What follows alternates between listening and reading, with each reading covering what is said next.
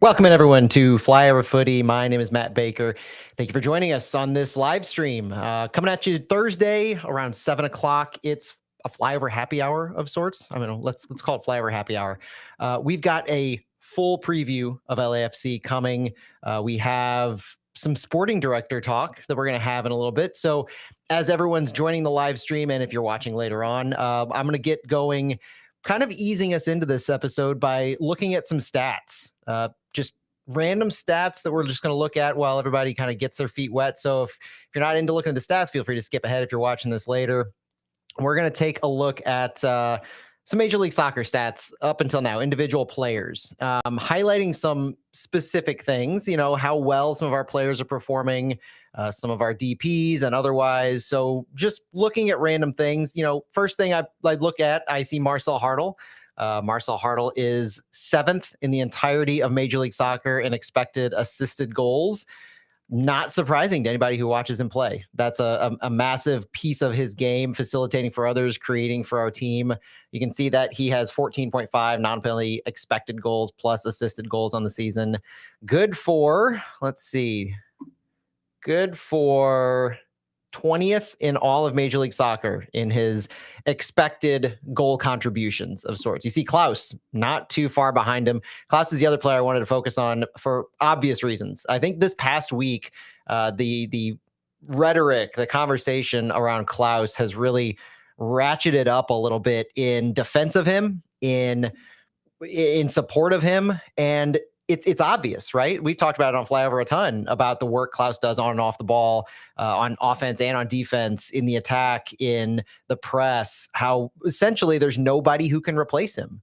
And so what Klaus has to offer as far as St. Louis City goes is it's measurable, but it's measurable in a couple different ways. So I want to go look at Klaus in particular. And if you haven't seen some of these numbers, comparing him to forwards across all of Major League Soccer, you see some pretty impressive numbers. Clearances, blocks, tackles, interceptions, aerial duels. Defensively, he's one of the best forwards in Major League Soccer, measuring at the 84th percentile in numerous defensive stats. On the offensive side, expected assisted goals, 83rd percentile. Shot creating actions, 84th percentile. And the shot creating actions are either taking a shot you create for yourself or you create for others. It's similar to the expected assisted goals, but the SCAs are something we talk about a lot. And even in the other categories, 71st percentile across all Major League Soccer compared to forwards in non-penalty expected goals and expected assisted goals, 61st percentile in non-penalty expected goals in general. And then you look at his passing work, and you find very few holes in Klaus's game, but you also find one of the most balanced players in all of Major League Soccer. And if this green stat line over here in the percentiles doesn't tell you the story of how impressive some of these numbers are, progressive passes, 89th percentile, passes attempted, 79th percentile, pass completion rate, 66th percentile, so still above average. And I think the progressive passes are one of the more interesting things to me on the value that Klaus brings as a hold-up striker. You don't always have a striker, and you don't always want a striker that is 89th percentile in progressive passes, because if you're going to measure that well against strikers, you're going to have to be receiving the ball in some deeper areas in the attack. You're going to have to be facilitating and really creating in the attack just as much as you are finishing. So I would argue that in the system that we have, the type of player Klaus is fits it perfectly. And that's the reason that I'm showing this isn't necessarily related to the preview this weekend against LAFC, because you're going to see vastly different strikers. We've seen it before with Dedi Bawanga versus Klaus, in just how these strikers, these forwards, the winger on the Bwanga's case, but these forwards, how they differ in their style, how they differ in their approach. This to me isn't as much of a measure of this coming weekend, but it's a measure of the value of Klaus and why we will continue to champion St. Louis City, re-signing Klaus and keeping him on as a TAM level player for next season. I personally think it's a foregone conclusion that we're bringing him back and that he'll be a TAM player. If we don't pick up his option, I think that signals a host of red flags and questions that may be up in the air about where this organization is going to go as far as their attack, as far as how they organize themselves systematically. In a lot of ways, it starts and it ends with Klaus. So that to me, I just, as we ease into this episode of Flyover, I wanted to really focus on Hartl a little bit, but Klaus in our designated players for 2025. and as we round the corner into the final turn of this season, we'll have plenty of time later on in the offseason to deep dive all these individual players. But these two in particular, providing designated player quality up and down, no matter who you look at across Major League Soccer, you would be hard to argue that we don't match up with at least, I would say, maybe the top 10 percentile of teams in their DPs, especially the teams that do a U22 roster construction where you only have two designated players. And I know the production hasn't always been there from Klaus. His non-penalty goals, 50th percentile, average, right? Non-penalty XG, 61, just above average. So the production has not been consistent across the season, but you cannot argue that since David Critchley came on, Klaus's performance has taken a step up, at least one step up, leaps and bounds from what it was under Olaf Melberg. So whole lot of excitement that I have there for Klaus. That's for sure. Good evening, everybody. If you've tuned in, really appreciate that. We will get to player availabilities. We will get to the full preview. I promise you, if you have any questions, drop them in the chat because we're excited to get going. And if it shows anything, I have forgotten to click go live on Instagram yet again. So if you're joining us on Instagram, thank you. But you just missed that entire conversation about Klaus. And Bayard Tim, should the conversation be about extending Klaus? No. I don't think the conversation should be about that at all, because I think it's a no-brainer that we extend Klaus. I still haven't figured out a reason why we wouldn't extend Klaus unless we were completely changing up the style of play that we're planning on implementing. If Diego's comments about keeping the style consistent, keeping the identity of St. Louis at its core the same, we would not only be hard-pressed to implement this better without Klaus, but I think we'd also be doing ourselves a disservice. As a TAM level player, Klaus can complement somebody else. I in fact think that would be the right move, is bringing in Klaus or keeping Klaus and bringing in another striker that can either complement him or spell him. Use both of them.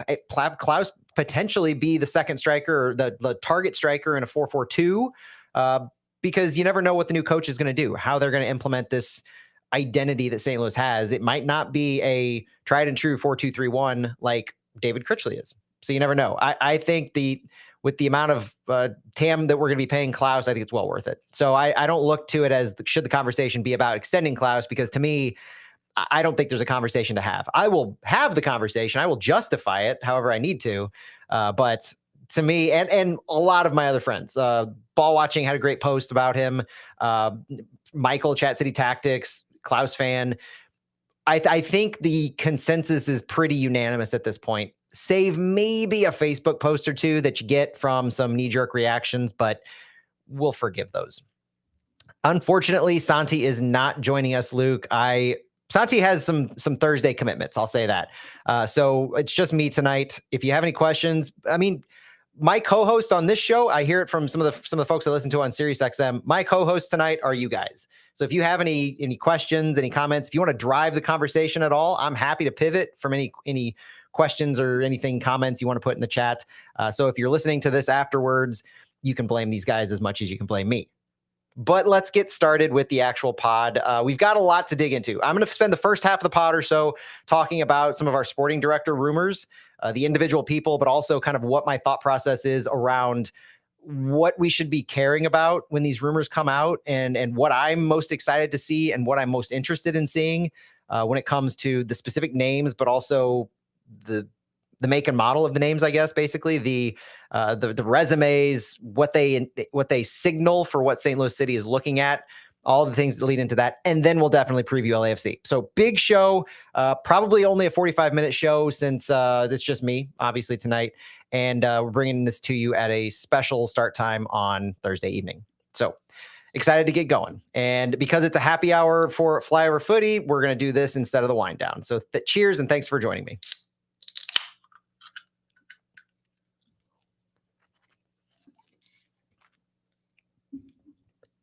Welcome, everyone, to Flyover Footy on Big 550 KTRS. My name is Matt Baker. Thank you so much for joining us on this preview edition of the LAFC St. Louis City match this Saturday night. We are excited for this match because it's yet another do-or-die match for St. Louis in the playoff hunt for the 2025 MLS Cup playoffs.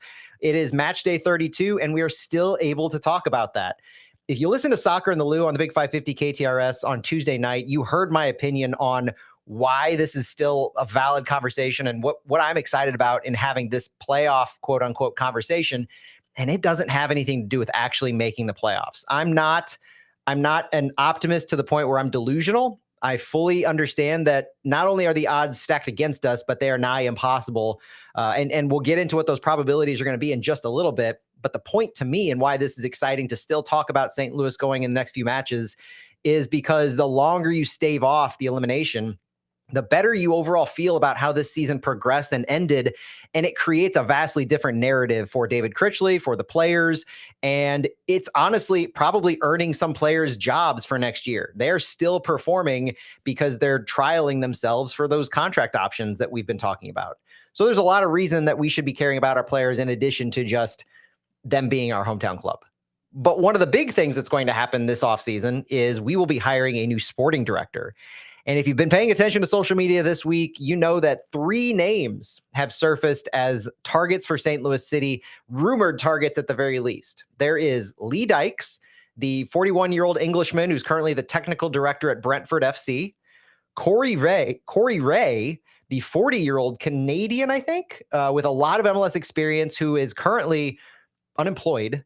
And there is John Hackworth, the technical director, interim coach at City 2, former interim coach at St. Louis City, former director of coaching. And I'm pretty sure he's taken on 2 or 3 additional jobs since then. His bike club, I'm pretty sure he's president, CEO of that at this point.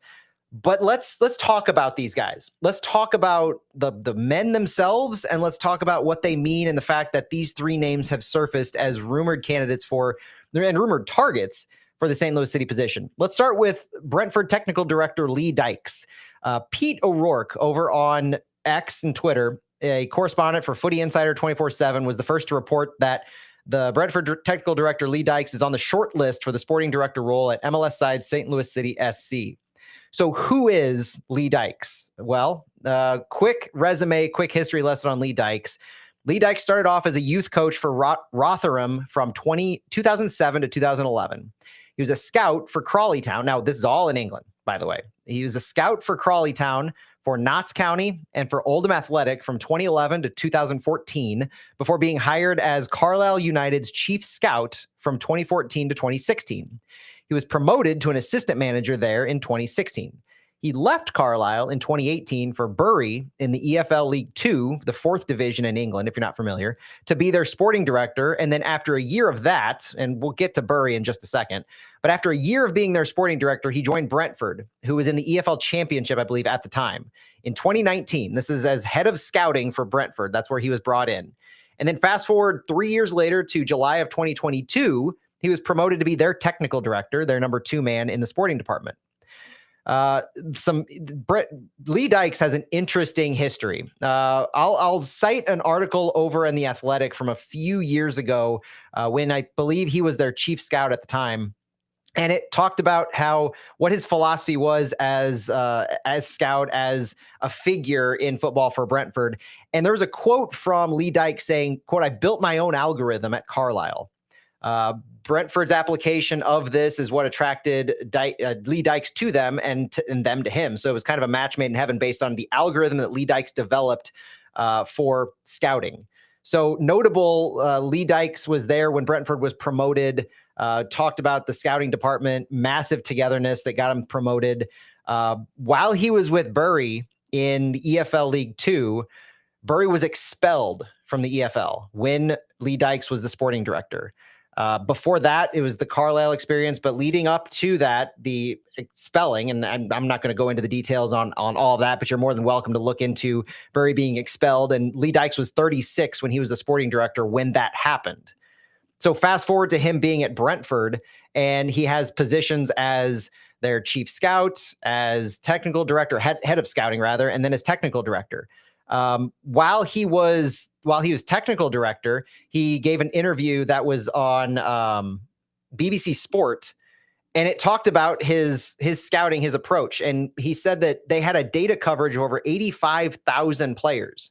So as the head of scouting, as the technical director, 85,000 players as far as their recruiting model. And he called that the first stage, filtering through the stages. The number comes down. At the end of the process, you have 60 or 70 players that are the best 5 or 6 at each position. So they get a short list. This is his process for bringing in players. And I think this is kind of noteworthy because as sporting director, obviously he'd be in charge of recruitment and scouting for our team. Once he says he gets a short list in place, they do due diligence on particular names. And so they do player models, player profiles, they do scouting, and then they get it to the short list. The interesting thing in this article is that Lee Dykes says he is open to the use of AI in future recruitment. And this was an article from March of 2025 with Lee Dykes saying it's definitely in the next phase. We are exploring that. I think AI will enhance the data search. We just don't know how yet. So, trying to read between the lines on why this kind of thing matters, Lee Dykes very clearly seems like a cutting edge type of man, using all the technological tools at his disposal, not just relying on maybe contacts or those he has relations with, but really leveraging the tools of his trade at his disposal. So the one thing Lee Dykes doesn't have, obviously, is MLS experience. So we'll come back to that in a little bit. But this gives you an idea of the type of profile that City is apparently targeting in their short list of Lee Dykes, an up-and-coming, I would argue, 41-year-old person who has both experience as a technical director. He has experience as a full-on sporting director, the top person at an organization. Whether you say it was a successful stint or not, the experience was there at least. So he has experience in being in charge. And he's come up from being a scout on up, head of scout, sporting director, head of scouting, technical director. And we're talking big levels. So he's grown through the ranks in English football on up to the Premier League, where he joined Brentford. They become promoted and then they basically stay there. Like Brentford they're not safe every year intrinsically, but he's gotten them to a successful point. So there's a proven track record there to an extent at a high level. Corey Ray is the next name that's been floated. And Corey Ray has a very interesting history. Credit to Ball Watching, our friends over at Ball Watching, for breaking this as first reported with their tweet saying sources, along with Lee Dykes, Corey Ray is reportedly being considered for City's sporting director role. Credit to him for getting this one. We know Corey Ray has a long history in Major League Soccer. Corey Ray, 40 years old, like I said. I say he's Canadian, I believe, because he went to school at least in Canada. He has a lot of MLS experience, and his story begins as an intern for Toronto FC back in 2006. This is as Toronto was gearing up for their MLS debut in 2007. So he was an intern while in school for Toronto FC ahead of their first MLS season. He went on to hold senior management and directors positions with that club over the next decade before being named as an assistant general manager for Toronto FC under GM Tim Beschenko. He was 32 years old when he attained this assistant GM role under Tim Beschenko. At the time of his promotion, he was promoted to assistant general manager, team operations and strategy with a focus on player recruitment and athlete relations, while some of his roles that were listed were working on player contracts, player movement, and budgets for Toronto's farm club and youth academy.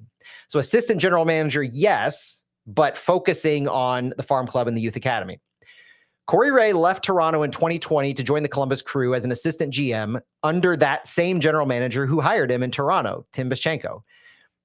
While with the Columbus Crew, he was the GM of Crew 2 in MLS Next Pro. So a lot of the same, but more aptly titled responsibilities for the second team in Columbus here. And it's noteworthy that Corey Ray won the 2022 MLS Next Pro Executive of the Year and was a finalist for Executive of the Year in 2023. The other interesting notion here is that the head coach for Crew 2 at this point was Laurent Courtois, and he left for Montreal in 2024 and was subsequently fired 5 games into this season. Corey Ray joined the Crew in 2020 and was let go in June 2024 as Tim Beschenko left the Crew, and then Corey Ray was hired by CF Montreal in July 2024, just 1 month later, as first a consultant working closely with their technical staff for Montreal's, quote, sporting strategy, before becoming their director of soccer in November 2024. So just a few months later, he was promoted or hired on as full-time from that consultant to full-time director of soccer. And then fast forward to less than a year later, August of 2025, Corey Ray was fired by CF Montreal.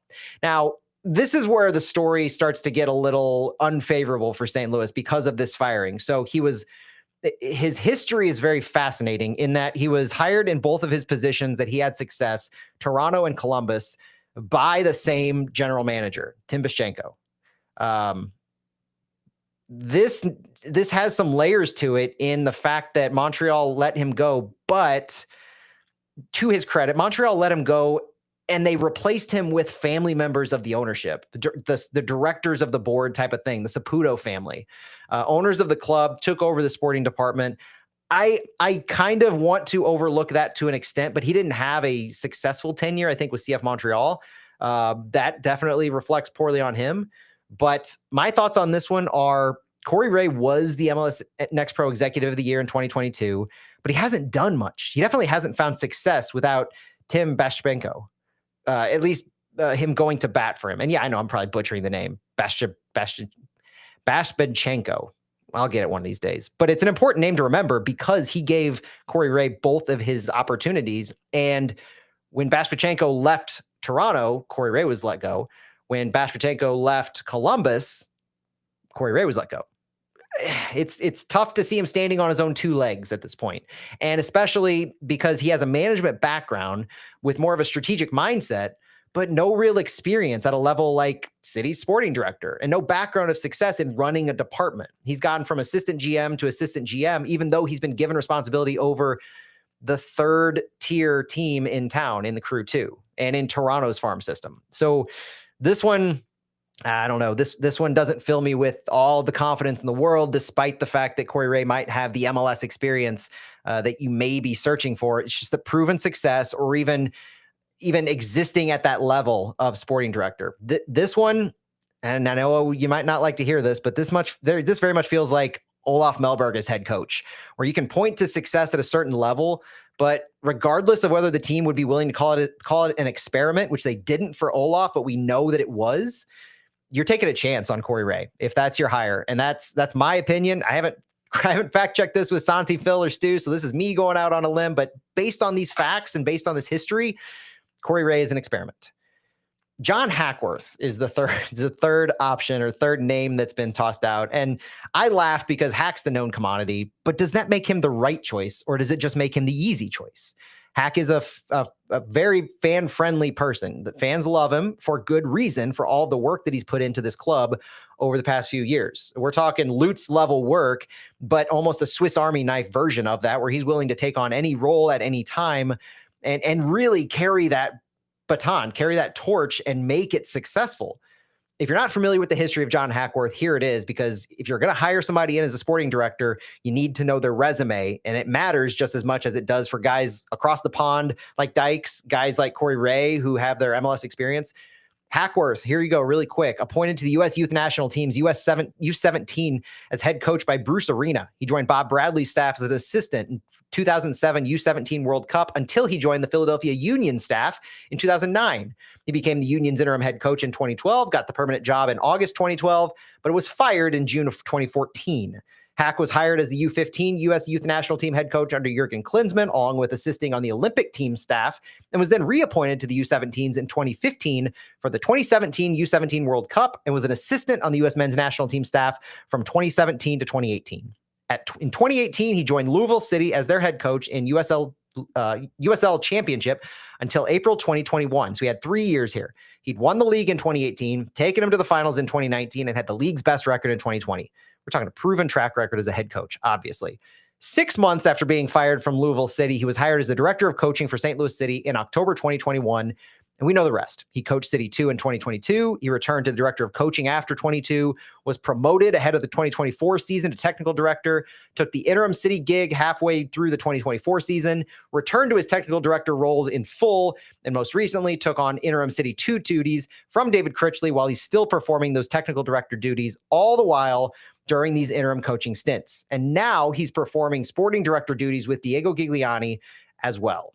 So the big thing about John Hackworth's resume, if you stuck with me during all of that, extremely heavy in coaching. He has all of the pedigree in the world for a sideline man, the top sideline man, which would have made sense if we were talking about Hackworth as the head coach last year, but that's not what we're talking about. The big thing is the substantial head coaching and the lack of front office work up until recently. I would say if you're willing to say you can step in from the coaching ranks to the front office, have a modicum of experience in the front office for a few years, and then step into a sporting director role, Hack might be your guy.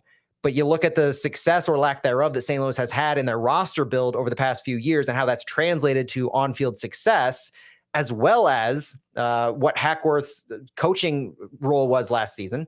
And you wonder, is this enough for a sporting director role full-time? Is Hackworth the man based on the experience that he's garnered at City and the track record that he has, the signings this season, his work under Lutz, which it's hard to separate Hack from Lutz in a lot of different ways because of how closely they work together. And we don't know the inner dynamics of who Hack pushed for, who Lutz pushed for, where did Diego step in.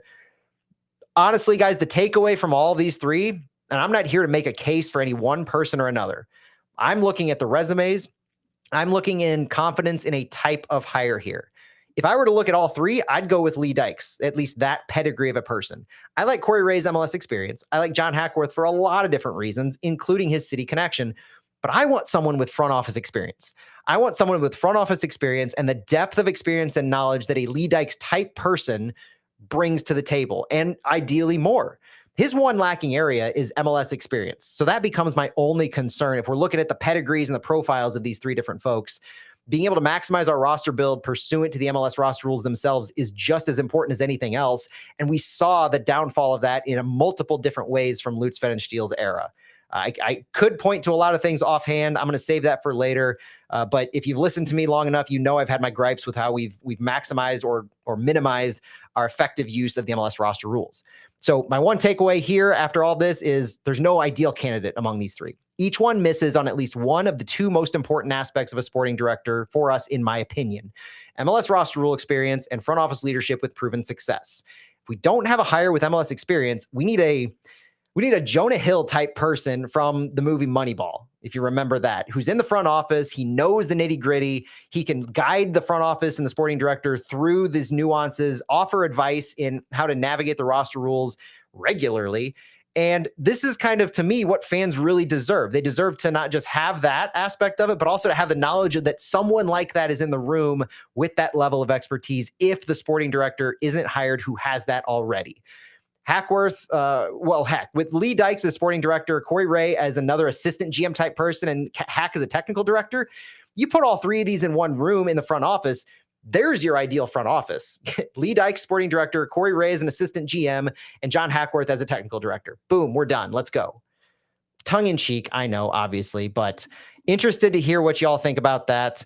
I do think there are lots of other names out there, but listen, every one of them is going to have their own issues, their own baggage. The thing about these names coming out also is, don't forget, when a name is released like this, there's a reason that the name is released like this. When the Lee Dykes news came out, it might have come out. It came out from a global source, so it came out from someone who might have heard about that locally. But for the Corey Ray news to come out how it did, or the rumor to come out how it did, those guys just don't make things up. If they do, that stinks, but somebody had to have told them. That's how these things work. And that, I think you can read between the lines on the why some of this might have come out. You want multiple different guys with different experience, showing the fan base that you're evaluating lots of different points of view and angles. But the last thing I'll say is, remember this: Diego did say that it's not one or the other on MLS experience, global experience, roster rules, front office leadership. It's a combination of this kind of stuff with the front office and the sporting leadership. So between the head coach, the technical director, the sporting director, the GM, assistants, they need to have their bases covered. So if we get a sporting director like Lee Dykes, expect to have a head coach with MLS experience. Expect to have Hackworth remain, or another technical director with MLS experience. That's my point. So hopefully that gets the gears turning on what to think about, because we have a match to preview. You are listening to Flyover Footy on the Big 550 KTRS. And now we're pivoting to the match preview that you're all here for, I'm sure. LAFC against St. Louis City. And guys, I got to be honest, St. Louis is up against it on this one. 0-3-2 all time is St. Louis City's record against LAFC. This is going to be Critchley's first time facing them, as our last match was April 27th, a 2-2 draw in LA under Olaf Melberg. LAFC has kept 4 clean sheets out of 5 matches all time against us. So this is a team that has had our number game in and game out. And along with that, LAFC comes to Energizer Park with elimination possibilities galore. We have 3 matches left in the season, and Sporting KC's already been eliminated. We've passed that hurdle, that we've outlasted them. So now we have not only ourselves to win, but we have other matches, multiple other matches to rely upon. And here's the scenarios as they stand. If St. Louis loses or draws against LAFC, we're out. If Real Salt Lake wins against Austin, we're out. If the San Jose Earthquakes win against San Diego, we're out. If FC Dallas wins or draws against Portland Timbers, we're out. If the Houston Dynamo win against Nashville SC, we're out. So games to watch are Real Salt Lake, San Jose Earthquake, FC Dallas, and Houston. And we need losses from all of them, in addition to we need to win straight up against LAFC. Otherwise, we're going to be having a fallout with Santi and myself on Sunday where it might have gone perfect for us, but if all these other things didn't fall into place, then the E becomes official.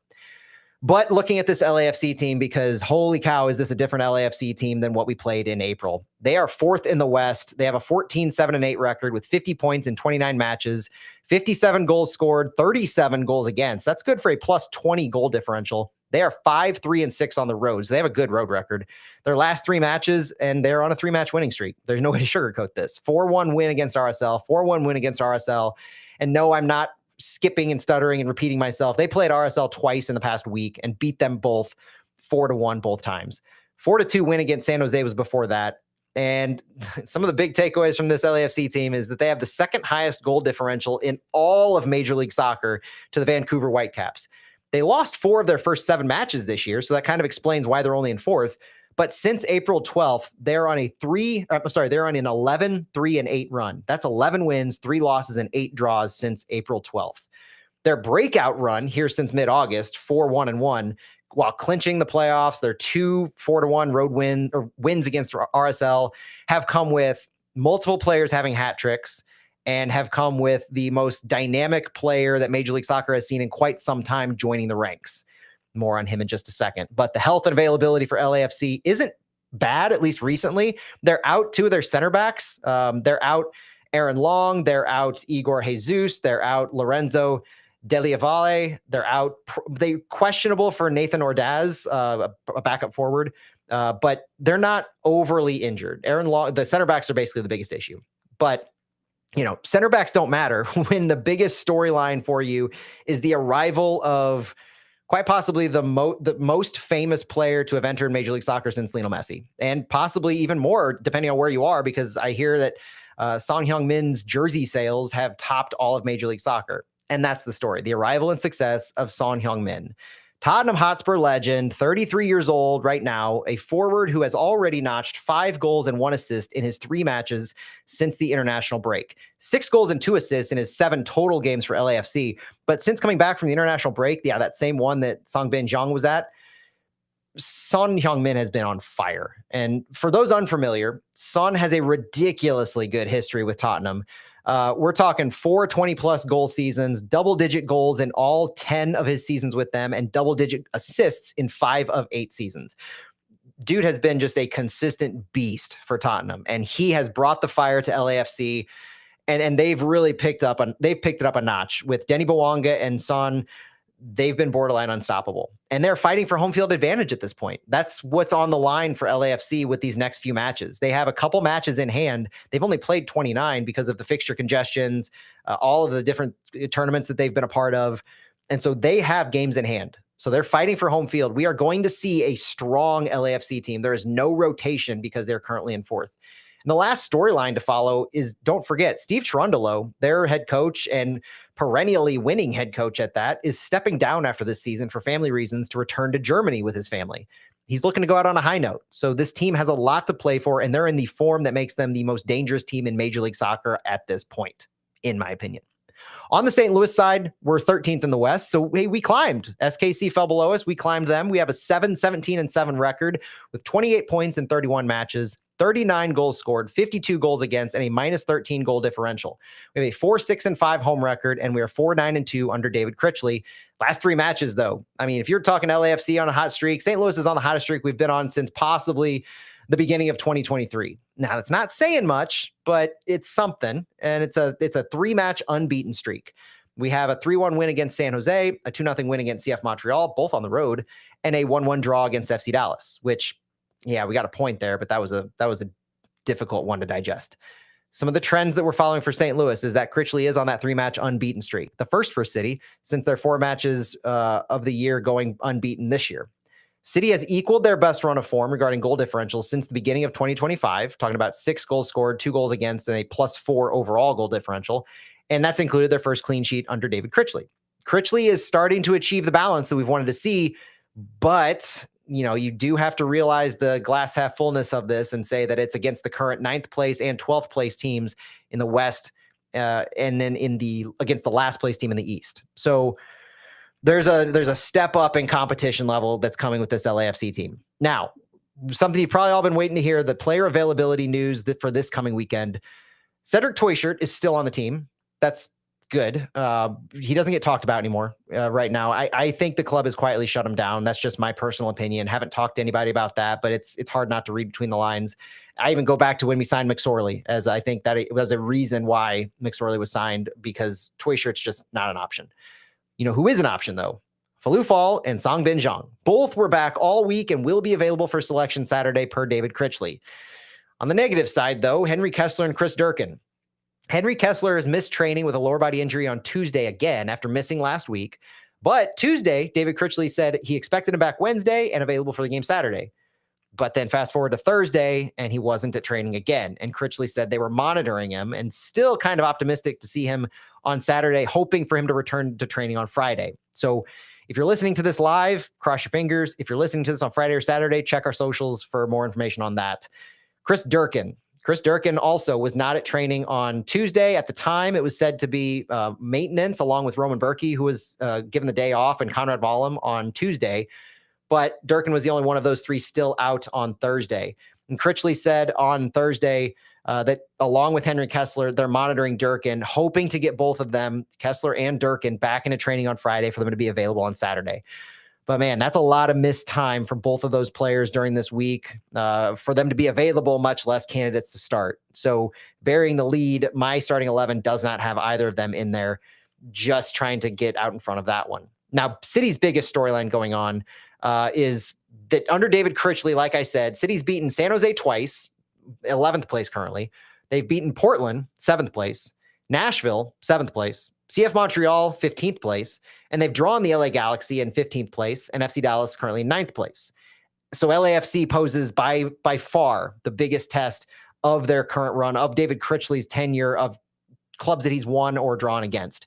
Whether St. Louis can keep their run of form and against the hottest team and players in Major League Soccer, I think it's a Herculean effort. So I'm being optimistic, but I'm also being realistic about this one.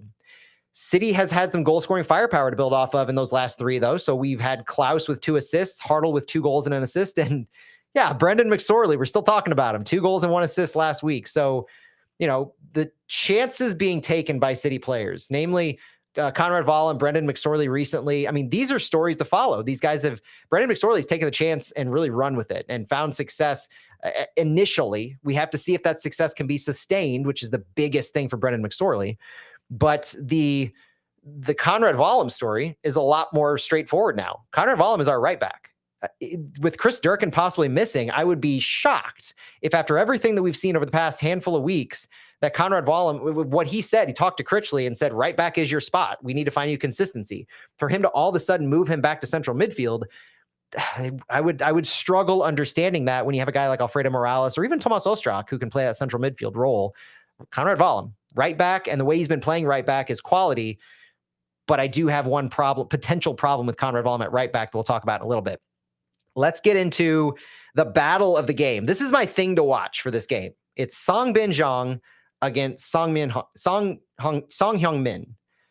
2 South Korean international players playing against each other in very different stages of their career. In one aspect, it's Sangbin Zhang playing against one of his heroes. And in the other, it's Son Heung-min just dominating Major League Soccer. Sangbin Zhang, our Sangbin Zhang, is on record from 2024 saying, quote, Son is comparable to other world-class players. What he has achieved shows that Korean and Asian footballers can do it. And I don't think there's any difference between him and the best players in the world. When I watch Son play, I think we can compete in Europe. I actually met him in person when I was called up to the senior team and was impressed by his leadership and ability to bring the players together before a game. That was my first time with the senior team, talking about the South Korean senior team. And they're talking about other players on the team. Sangbin Zhang went on to say that Son looked after us very well. But personally, my biggest regret is that I didn't get to play with him on that occasion. Talking about the June 2021 match against Sri Lanka, where Sangbin Zhang scored on his senior debut. They were not on the field together at the same time.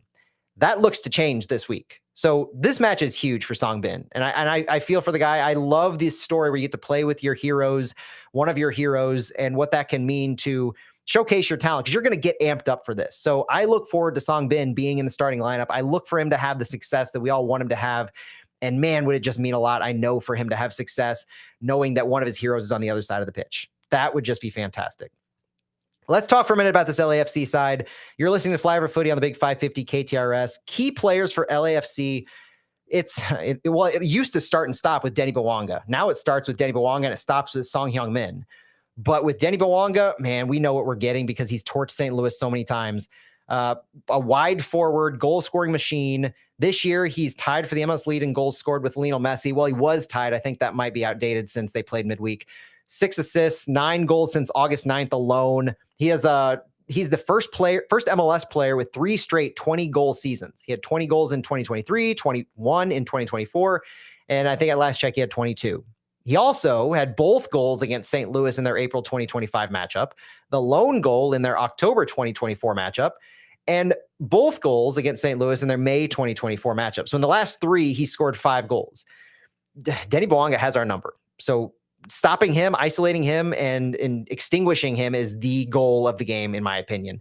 He's got great pace, clinical finishing, and his versatility, excels in transition. He's incredible on these runs that he can make from out wide. And that's where Conrad Wallem comes into play. As a right back, he has to be careful, and that's got to be a targeted decision that Critchley makes, is how do you defend that right defensive spot with knowing Denny Bawanga is coming out there? Is Timo Baumgartel the right answer if Henry Kessler can't go as that right center back? And how are you going to be able to stop this attack that is no longer just Denny Bawanga as the main threat? You know, we've played Carlos Vela, we've played other attacking threats, but none like Son Hyung-min. Central second striker, creative finisher. He's a designated player, the other DP for LAFC, signed from Tottenham through 2027 with options through 29. So he's going to be a long-time LAFC player if he wants to be. He's got 6 goals and 3 assists in 7 appearances. He's got over 500 minutes logged already since his MLS debut. He's got elite movement, vision, finishing. Interplay with Bawanga has been absolutely out of this world. They're topping MLS for LAFC as far as expected goals. Son was named in MLS Team of the Match Day a couple weeks ago for his hat trick against RSL. And yeah, it was Son and Denny Bawanga who had back-to-back hat tricks against RSL. Hugo Lloris is their goalkeeper. We know Hugo Lloris. He's a veteran, commanding presence, shot-stopping skills. Distribution is a bit of an issue, so that could be something St. Louis takes advantage of. They also have Mark Delgado in the midfield, Yaya Boa, Timothy Tillman, Ryan Hollingshead. LAFC is stacked. They've got a lot of strengths, and their strengths start with their lethal attacking duo of Denny Bawanga and Son. They've produced 12 goals in 3 matchups, making LAFC's attack the most dynamic in Major League Soccer at this point. I would put them up against anyone, Inter Miami or otherwise. Their defensive resilience after losing their 2 center backs, they've conceded just 33 goals, 4th fewest. So they have this plus 20 goal differential. That's insane for how good of an attack they have. If you remember San Jose last week, we talked about how they had the best expected goals in all of Major League Soccer, but also were terrible in conceding goals. This is like the best of the attacking and the opposite side, where they're just the best of the defending. Their road form is pretty elite. Their midfield depth, veteran leadership, and they've been surging these past games. 18 goals in 7 MLS matches since Son's debut. Weaknesses, defensive depth, since they've got some of those injuries, that's an issue. So if they get tired, if they have to do a lot of running, if they're stretched, that could potentially be in our favor for the back half of the game. An over-reliance on the star forwards. So 70% of the goals since August have come from Bawanga and Son. You press high, you isolate, you prevent them from getting the ball, and you're able to handle them 1v1 and some 2v1s.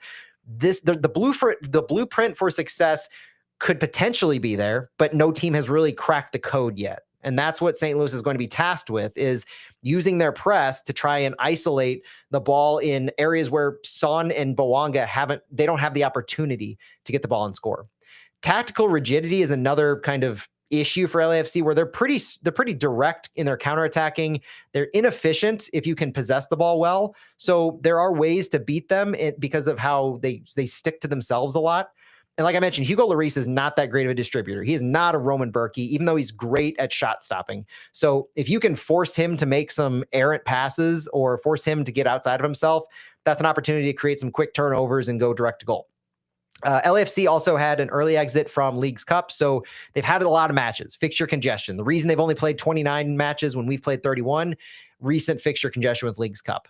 Their style of play, really quick under Steve Cherundolo, pragmatic efficiency. They're not a flashy team. They're very direct counterattacking, especially since Son has joined the team. They absorb pressure. They've got a compact mid-block that they explode from long diagonals and switches, leveraging Bouanga and Son's pace. And then they have a decently high average possession lately, around 52%. So they prioritize these quick transitions, these wing overloads. They use a couple midfielders to drop back deep and act as this pivot. And they've got depth in the attack. Jeremy Abobasi plays for this team. He's had massive goal scoring seasons for San Jose before being brought to LAFC, and he'll probably be coming in the second half. So they've got these depth attacks in what they'll be able to offer. They've been running with wings. So they've been running a 3-4-3 primarily, where it's their base shape, having three center backs. They've got wide wing backs. They provide width and crosses, double pivot with Mark Delgado and one other midfielder that's changed in the past few games. But it's Denny Bouanga and Son up top, and that's what the offense is going to go through. They're going to look to get them the ball. Those are the two players you need to keep an eye on, Denny Bouanga and Son Heung-min. St. Louis, going into this match, has to figure out how to handle those two players. I would say that the biggest question for me is our right back spot for this and our second center back spot. If you assume that Falou Fall is going to play for St. Louis, then is Conrad Wallem still your option at right back? And is our right side defending in the center back role going to be up to task? Timo Baumgartel likely getting the nod if Henry Kessler can't go. And so relying on these three to focus, because Denny Bouanga is a left-sided attacking wide forward. So he's going to come in from that right defending side from St. Louis's. That may be the matchup for me. So I mentioned Sangbin Zhang and Son Heung-min. That's going to be I would say, ceremonial type matchup. But on the field, I look at Bouanga and Wallem, or Bouanga and Timo Baumgartel. That's the matchup to watch for me. On that note, Falou Fall, who I say is kind of cemented in this role as long as he's healthy, Falou Fall is gaining national notoriety. He was named by Matt Doyle as number 23 in a top 22 under 22, with the only reason him being left off is number of minutes. Falou Fall has less than 350 minutes total since arriving, between the illness and between not starting a couple matches there. So Falou Fall is nationally starting to get that reputation for the quality he can bring as a 21-year-old center back right now. And he's shown it. Like, let's be honest, Falou Fall has shown enough, and he's grown enough over the course of the few games that he's played. Had a few mental mistakes. Yeah, he cost us a couple goals in a couple games. Yep, we called him out on that, and we talked about it. But I feel like we're getting past that. He had great games since then. And if you can grow from those moments as a 21-year-old center back new to the league, you get that grace. And I'm very willing to give him that kind of grace. And so having him find success and in the way he does, which is complement our other center backs so well, in the willingness to push forward, the willingness to progress his passes and take those chances because they pay off more often than not, but also the physicality of his 1v1 defending. I look for Falou Fall to hopefully target, neutralize, and not shadow necessarily, but really help neutralize the threat of Son Heung-min. Other battle to watch. I don't know how our attackers are going to fare against their defenders, but we know they have the caliber of elite goal scoring talent on their squad in Son and Bouanga. It's going to come down to Fall, Baumgartel, and Wallem, most likely, based on just where they play on the field. So big matchups there. The other question for me going into this match is, how does the integration of Sangbin Zhang change things and impact the 11? This leads directly into my starting 11 chatter, because does Brendan McSorley go back to the bench after last week's performance? Can he go back to the bench after last week's performance? Or is this the perfect time to keep that momentum going and figure out a place for him on this starting 11 while still bringing in Sangbin Zhang? I don't see how you can sit Brendan McSorley in this game. You look at the three criteria that David Critchley set out for who he starts, and he's gone back to this well multiple times. You look at your performance of the previous game, You look at your training quality, which we've heard his training has been great. We've seen his training it seems like it's been great. And we've heard nothing but good things from Critchley. So check on those. And then it gets into the tactical battle. Is there a tactical reason to not play Brendan McSorley this coming week?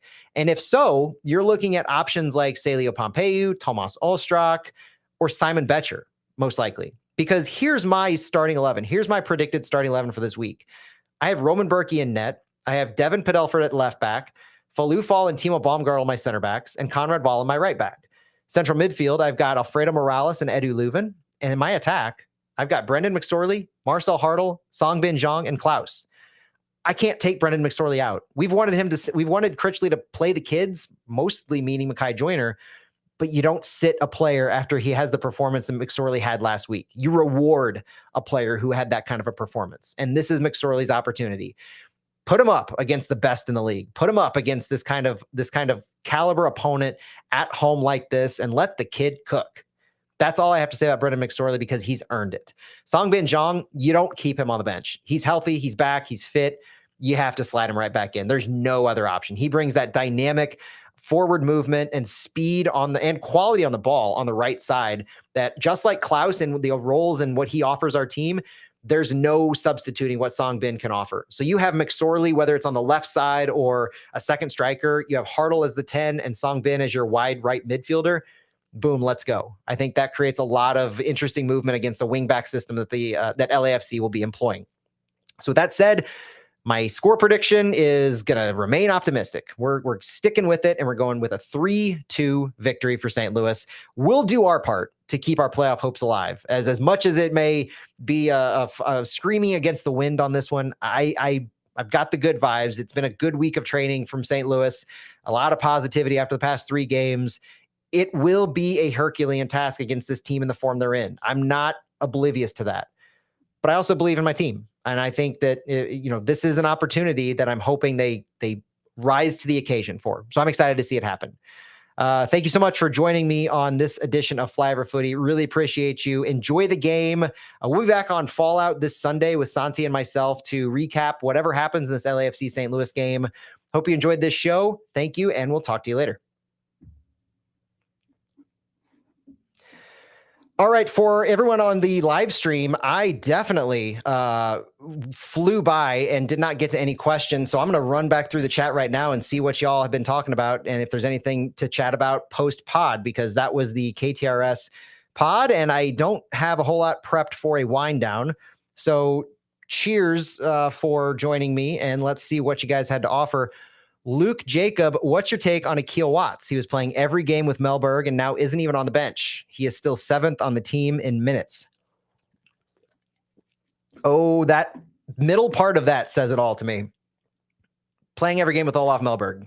You guys remember what we had to say about Olaf Melberg and his reluctance to change anything up, right? The fact that Olaf Melberg was running out Akil Watts, Josh Yarrow, and Kyle Hebert every single match and nothing was changing was a point of frustration. And now you've moved away from all 3 of those players. And I think you've moved away from them for the best. They're good depth pieces. They should not be featured. Akil Watts is quality in the midfield, defensively mostly. He's quality on fullback, but what level of quality? That's the question. Next pro level? Yes. USL championship level? Yes.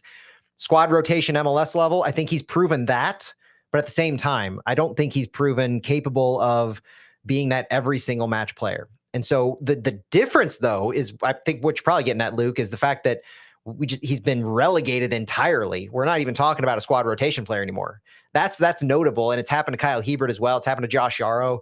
So I guess we got what we wanted in some respects, but it has been quite stark and shocking to see that kind of change. Part of it's just come with healthy players. You get Tomas Ostrak, you get Alfredo Morales, you get Chris Durkin, you get Edu Leuven. Central midfield is suddenly stacked. And you had JGR for a period of time. Central midfield was really stacked. On the center back role with Hebert and Yarrow, I know you didn't ask about him, but you had you've got Fall, Kessler, Baumgartel, Hebert, Durkin even, who can play center back. So it's just a numbers game at this point. And that's not a bad thing, right? Because you want to raise the quality as much as you can. And I do think St. Louis has been doing that when it comes to these players. Fet Lord Colton signed Padelford. Yeah, I'm not opposed to it. Definitely not opposed to it. He doesn't have a purchase option, so it would have to be some kind of other agreement that we come up with Minnesota for Padelford. But I'm going to miss him when he goes. He's been a fun player to watch, that's for sure. I think, talked about Akil Watts. Who marks Bawanga? Jerry Hayes. Love you, Jerry. Thank you. Not Flufall. The funny thing about marking Bawanga here is Bawanga is not that central forward. And so if you mark Bawanga, if you man mark Denny Bawanga, you're going to be drawn out of position. You're going to leave some place open for somebody to take, whether it's Bawanga cutting in and Son taking that space that Bawanga vacated. If he pulls Conrad Vollum all the way over, I wouldn't be surprised though if it was Timo Baumgartel's responsibility. If Timo Baumgartel in that zone of center back, that right center back role, or possibly Kyle Hebert, maybe Henry Kessler if he's healthy, but the right center back role. That to me is, you have to be aware of Bawanga, right? Fall, shade Son. But right center back, whoever you are, Kessler, Baumgartel, or Hebert, you are responsible for making sure Bawanga doesn't get close to this goal. Conrad Vollum does what he can in space. We know that Vollum, just like Totland, has some defensive liabilities in those areas, and I'm not confident in Vollum's ability to go 1v1 with Denny Bawanga. I wouldn't be confident with most people. This isn't an indictment on Vollum, but I do think that it would be Timo Baumgartel that Critch says, hey, red alert, if you see Bawanga anywhere near here, you got to take him. That would not surprise me at all. Luke Jacobar also, free Totland. Yeah, if Critch is given the reins for right back to Conrad Vollum, I don't know what else you can do, because I don't take Conrad Vollum off the field. Conrad Vollum's proved too quality, and he hasn't done anything as a defensive liability. So I mentioned just a moment ago, the defensive, where I don't have faith in him to go 1v1 against Bawanga, but that not being an indictment on Vollum, I wouldn't have the same confidence against Totland either. So they're similar players, but I think Vollum offers a lot more versatility in the attack and where he's willing to occupy space. The goal that he scored, sorry, but Totland wouldn't have gone that way. I don't think Totland would have cut that far inside and been the most forward man in that role and then open for that shot. That's something Vollum takes. And because he has the comfortability in the attack, just as he does on the fullback or wingback spot. This one's a kind of a good one. Do you think Rasmus Alm will play in 2026? Rasmus Alm is one of those feel-good stories, man, especially if you've been watching his coaching endeavors here locally with the kids. And if you've met him, you know just what a genuine guy he is. I've seen him at Veta with his kids, him and Joachim Nilsson when they were there. They played youth with my kid when they were there. And I think that kind of just down-to-earthness, willing to coach the next generation, not just your own kids, that endears you to a community. And Rasmus Alm has done that. And we love the guy. We knew what he had when he's quality on the field. I just don't know if St. Louis is willing to take the risk to re-sign him given the injury history. And part of that does come with the changing of the guard here. It's not Lutz making the call anymore. If it was Lutz making the call, honestly, I'd up the percentages from like 10 to 30 maybe of us re-signing Rasmus Alm. I had not been talking about this since he went on season-ending injury, because I wanted to say, okay, that's probably the end. And I think I even did say it's probably the end for Rasmus Alm. But with Lutz leaving, I think that almost cements it. You don't have a champion in the front office that brought you in that is willing to overlook your injury history on the optimistic chance that you're able to come back. So it's my take on Alm. Toy Shirt, does he still have that hip injury? Justin Horniker likened it more to a groin injury, if I recall correctly. So I don't know if it's the hip still, but it's all interconnected down there. It's part of the problem. Sports hernia, sorry, not a groin, sports hernia, which I mean, it's all interconnected, right? So it could be related. It could be one leading into the other. But I think when you hear sports hernia a few weeks ago, that's why I say Toy Shirt's probably shut down. All right. That's it for me on Flyover Footy, folks. I appreciate you hanging out. Appreciate you joining. And hopefully you've enjoyed this. Hopefully you enjoy the match this weekend. We need this. This would be fantastic for a win against LAFC. And I'm excited to see where the sporting director search goes, because like I said, probably no news until the end of the season, but we are less than a month away from the end of the season. And it would not surprise me if the week after the season ends, we get some kind of an announcement in that postseason recap type time frame. But we'll be back to discuss it all. We'll be back on Fallout this weekend. Thanks for sticking with me. Have a good night, and I'll talk to you later.